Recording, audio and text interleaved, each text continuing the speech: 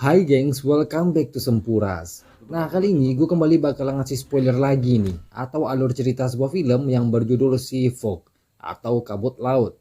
Nah film ini dirilis pada tahun 2014 lalu di negara gingseng Korea Selatan. Tapi sebelum itu buat kamu yang belum subscribe channel ini jangan lupa subscribe ya, biar kamu gak ketinggalan spoiler-spoiler film-film keren lainnya. So tanpa memperpanjang kata mukadimah, let the spoiler begin. Saat itu, sebuah kapal penangkap ikan sedang berlayar di tengah lautan. Para awak kapal tengah sibuk membereskan dan mereparasi barang-barang yang ada di kapal tersebut. Nah, setelah itu, sang kapten memanggil para awak kapal agar segera menurunkan jala, karena tibalah saatnya menangkap ikan. Tapi sayang, saat proses penurunan jala, kaki salah seorang awak tersangkut dan nyaris tertarik ke mesin penarik jala.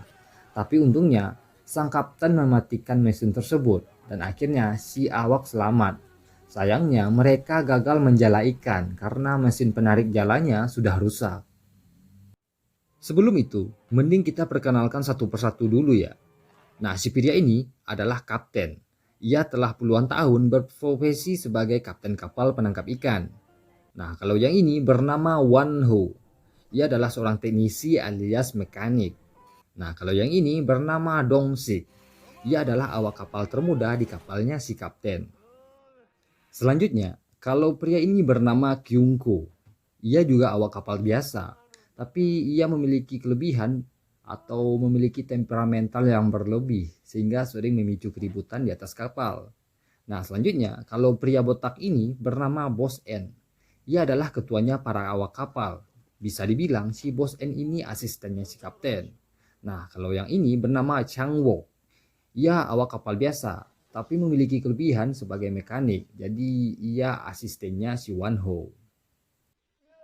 Setelah itu, kapal pun mendarat dengan muatan kosong. Si kapten pergi menemui sang juragan ikan. Nah, si juragan ini yang menampung semua ikan tangkapan si kapten.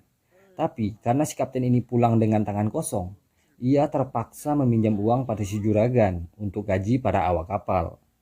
Nah, setelah dari tempat si juragan ikan, si kapten pergi pulang menemui istrinya. Tapi sayang, si kapten mendapati istrinya sedang enak-enak berduaan dengan seorang pria. Si kapten pun hanya bisa terdiam melihat kelakuan istrinya. Dan setelah itu, ia pun melemparkan segepok uang, lalu pergi meninggalkan si istri dan memilih menginap di dalam kapal.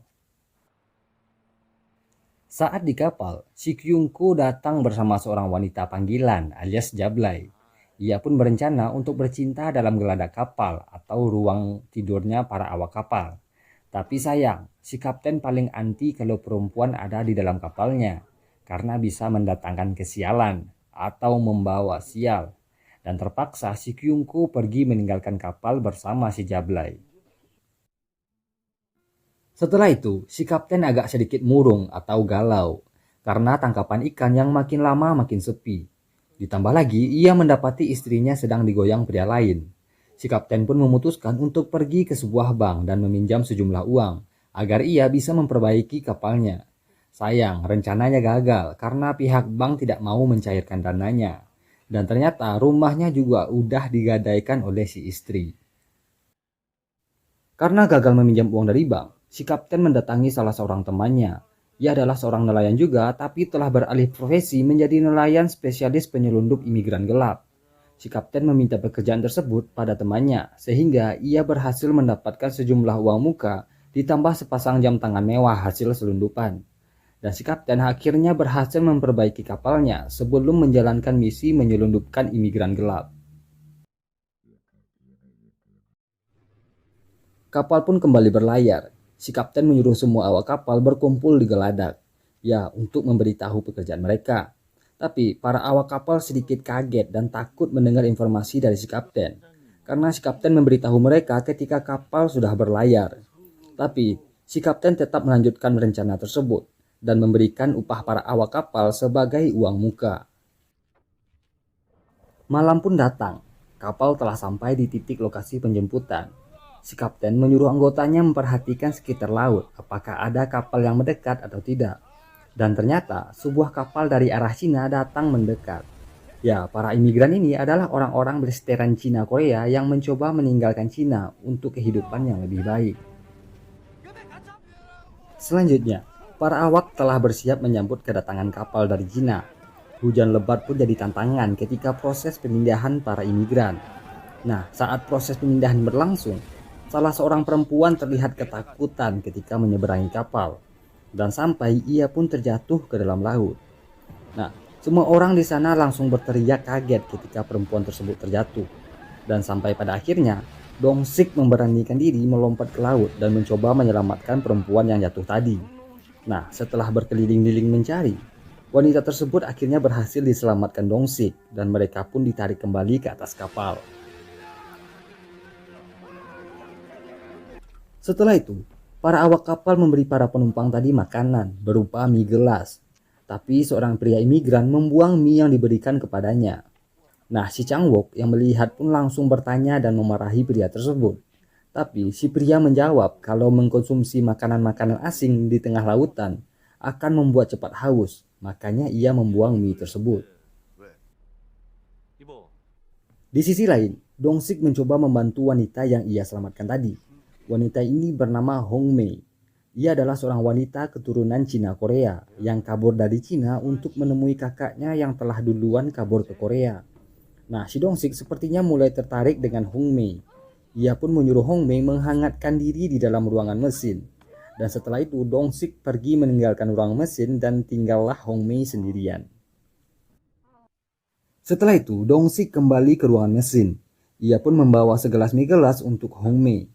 Nah, saat Hong Mei tengah lahap menyantap mie gelas, Dong-sik pun mulai berbicara pada Hong Mei. Ya, modus PDKT. Tapi Hong Mei sedikit heran melihat cara berbicara si Dong-sik, yang terdengar seperti gaya bicara anak-anak. Tapi mereka pun melanjutkan obrolan dan setelah itu Hong Mei meminta kembali ke atas kapal karena merasa tak enak dengan teman-temannya. Setelah itu, Chang-wook tak sengaja melihat seorang wanita tua pipis. Tapi tiba-tiba Kyungko datang mendekati wanita tua tersebut dan membawanya ke ruangan mesin. Nah, si Chang-wook yang udah konak mengintip Kyungko sedang enak-enakan bercinta dengan wanita tua tadi. Tapi saat proses enak-enak berlangsung, si Bos N datang meneriaki mereka yang sedang bercinta.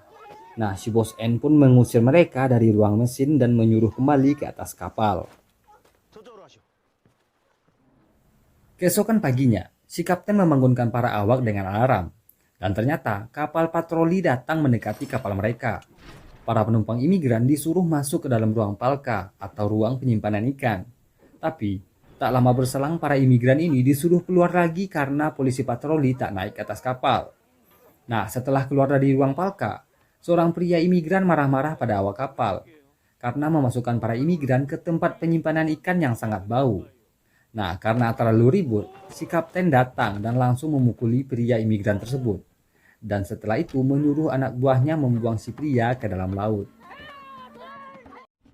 Selanjutnya, Dong-sik kembali mengajak Hong Mei masuk ke ruang mesin. Dan saat dalam ruangan mesin, hubungan mereka menjadi makin dekat. Nah, si Hong Mei yang mulai jatuh hati pada Dong-sik, ia mengajak Dong-sik berciuman. Dan akhirnya terjadilah aksi perang mulut antara kedua orang ini. Tapi di sisi lain, kapal patroli datang kembali ke kapalnya si kapten. Dan salah seorang dari mereka naik ke atas kapal. Tapi untungnya para imigran ini telah bersembunyi di ruang palka. Nah, saat si polisi laut di atas kapal, si kapten mencoba mengalihkan pikiran si polisi, sembari memberikan sedikit uang. Tapi tiba-tiba si polisi curiga dengan suara yang ia dengar dari ruang palka. Ia pun memerintahkan untuk membuka pintu ruangan palka tersebut. Tapi si kapten marah melihat kelakuan si polisi dan mengancam dengan sebuah linggis. Sehingga si polisi pun akhirnya pergi meninggalkan kapal. Setelah si polisi pergi, Dong-sik disuruh membuka pintu palka. Tapi semua imigran dalam kondisi tak sadarkan diri. Dan ketika para awak turun memeriksa kondisi mereka, para imigran ini telah mati keracunan gas dari selang radiator yang bocor. Tapi ada satu yang masih selamat, yaitu Hong Mei, yang masih bersembunyi di ruang mesin. Si kapten pun syok melihat mayat-mayat para imigran. Dan pada malam hari, ia menyuruh para awak mengeluarkan mayat-mayat tersebut dari ruang palka. Dan setelah itu si kapten menyuruh para awak memotong-motong atau memutilasi mayat-mayat tadi, lalu dibuang ke laut.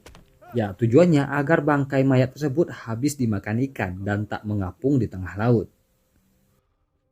Para awak kapal berat hati untuk memotong-motong tubuh jenazah tersebut, tapi mereka harus melakukannya. Dan saat para awak ini tengah sibuk memotong-motong tubuh para jenazah, Hong Mei tiba-tiba keluar dari ruang mesin dan menyaksikan proses mutilasi besaran-besaran tersebut. Setelah selesai membuang semua mayat ke laut, para awak langsung membersihkan kapal dan menghilangkan barang bukti. Sedangkan Hong Mei kembali bersembunyi di ruang mesin. Tapi si Chang Wook sadar kalau satu mayat perempuan lagi belum dibuang. Dan ia sadar kalau masih ada satu lagi wanita di kapal tersebut. Tapi ketika Chang Wook ingin mencari di ruang mesin, tiba-tiba Dong Sik datang mengalihkan pikiran si Chang Wook dan membawanya pergi menemui si kapten. Setelah itu, para awak semuanya berkumpul di ruang tidur. Tapi saat para awak ini sedang berkumpul-kumpul dan ngobrol-ngobrol, Wan Ho udah mulai berubah. Ia mulai sering ngobrol sendiri dan merasa bersalah karena tewasnya semua imigran. Sedangkan Kyung Ko malah merasa semuanya adalah salah si kapten. Dan ia akan melaporkannya pada polisi. Tapi si Bos N langsung marah pada Kyung Ko. Karena kalau ada yang melapor, semua awak akan tertangkap. Selanjutnya, Dong Sik kembali ke ruang mesin untuk menemui Hong Mei. Tapi ternyata di sana ada Wan Ho yang masih bicara sendiri dan halu ngobrol dengan para korban yang mati. Lalu pergi mengambil beberapa barang para korban. Sedangkan Dong Sik mencoba berbicara dengan Hong Mei yang ketakutan setelah melihat aksi mutilasi yang dilakukan para awak. Tapi saat Dong Sik mencoba menenangkan Hong Mei, tiba-tiba kapten datang dari atas kapal mencoba menenangkan Wan Ho yang udah mulai gila. Sedangkan Dong Sik dan Hong Mei udah duluan sembunyi. Si Wan Ho masih asik sendiri mengumpulkan semua barang-barang para korban yang tersisa. Si kapten mulai bingung melihat kelakuan si Wan Ho dan mencoba menyadarkannya. Tapi Wan Ho malah bicara ngelantur kalau ia akan menemui polisi untuk mencari alamat para korban.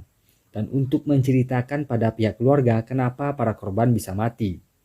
Tapi si kapten tetap berusaha mencoba menenangkan Wan Ho yang makin lama makin gila. Nah, karena Wan Ho ini makin parah, si kapten pun mengamuk dan diam-diam dari belakang memukul kepala si Wan Ho sampai mati. Dan ia tak tahu kalau Dong Sik dan Hong Mei menyaksikan semuanya. Setelah itu, si kapten membawa mayat Wan Ho dan membuangnya ke laut. Hong Mei dan Dong Sik pun syok melihat Wan Ho dibunuh kapten. Mereka pun menangis sejadi-jadinya sambil berpelukan. Dan setelah si Hong Mei yakin kalau Dong Sik ini benar-benar suka padanya dan tak akan menyakitinya, ia pun akhirnya mencium Dong Sik. Dan mereka pun bercinta sembunyi-sembunyi ketika masih sama-sama saling ketakutan. Setelah itu, Dong Sik kembali ke atas. Ia bertemu Chang Wook yang sedang mencari Wan Ho. Tapi tiba-tiba Chang Wook berjalan ke ruang mesin dan mengambil alih ruang mesin sebagai kepala mekanik. Dong Sik pun panik karena Hong Mei masih berada di ruang mesin. Dan ternyata Chang Wook masih penasaran dengan satu wanita yang masih belum ia temukan. Ia pun mulai mencari di ruang mesin, diikuti oleh Dong Sik. Sampai pada akhirnya Chang Wook berhasil menemukan Hong Mei. Tapi Dong Sik berusaha mengalihkan pikiran si Chang Wook agar menyembunyikan Hong Mei sampai kapal mendarat.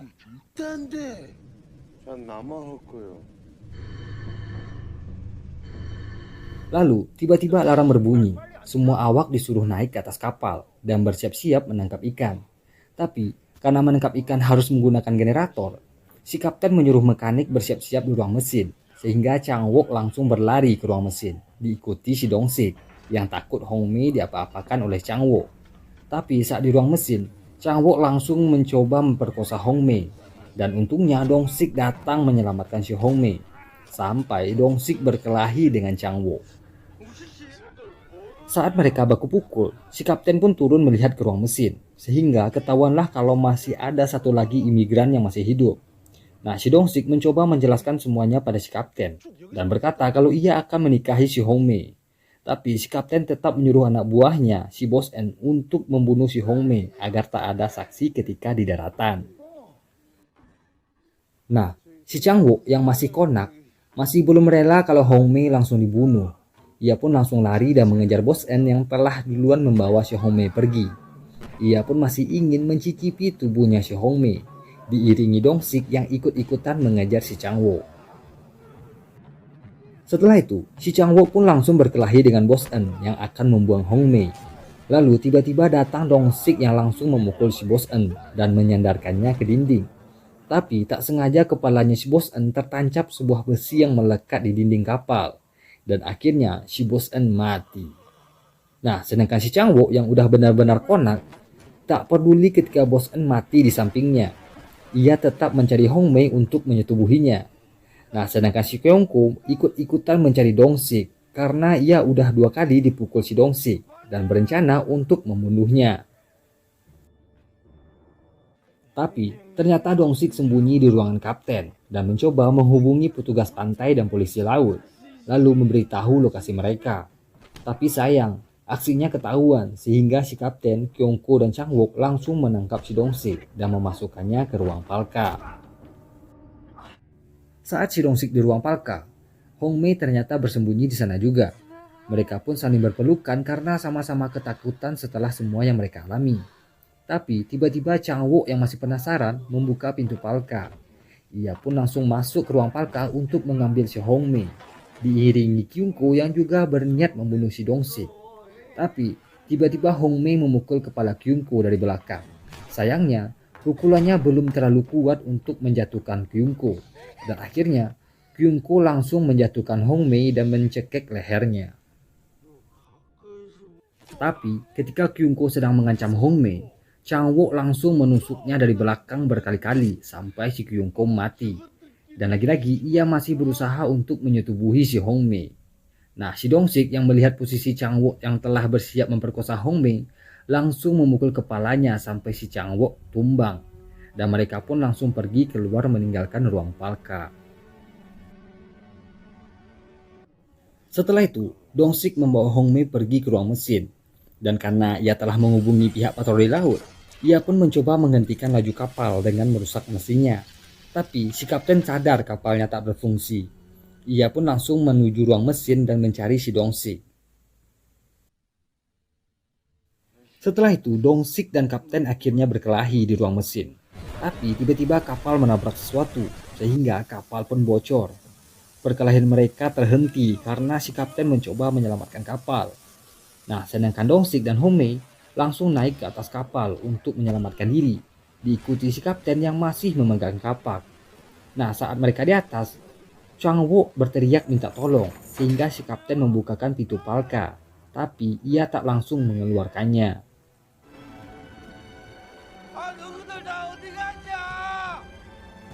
Kapal pun makin lama makin tenggelam.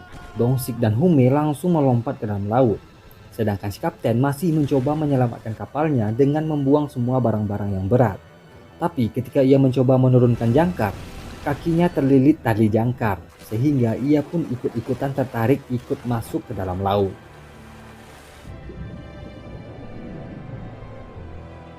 Dongsik dan Hongmei akhirnya berhasil keluar dari kapal dengan sebuah pelampung jala ikan.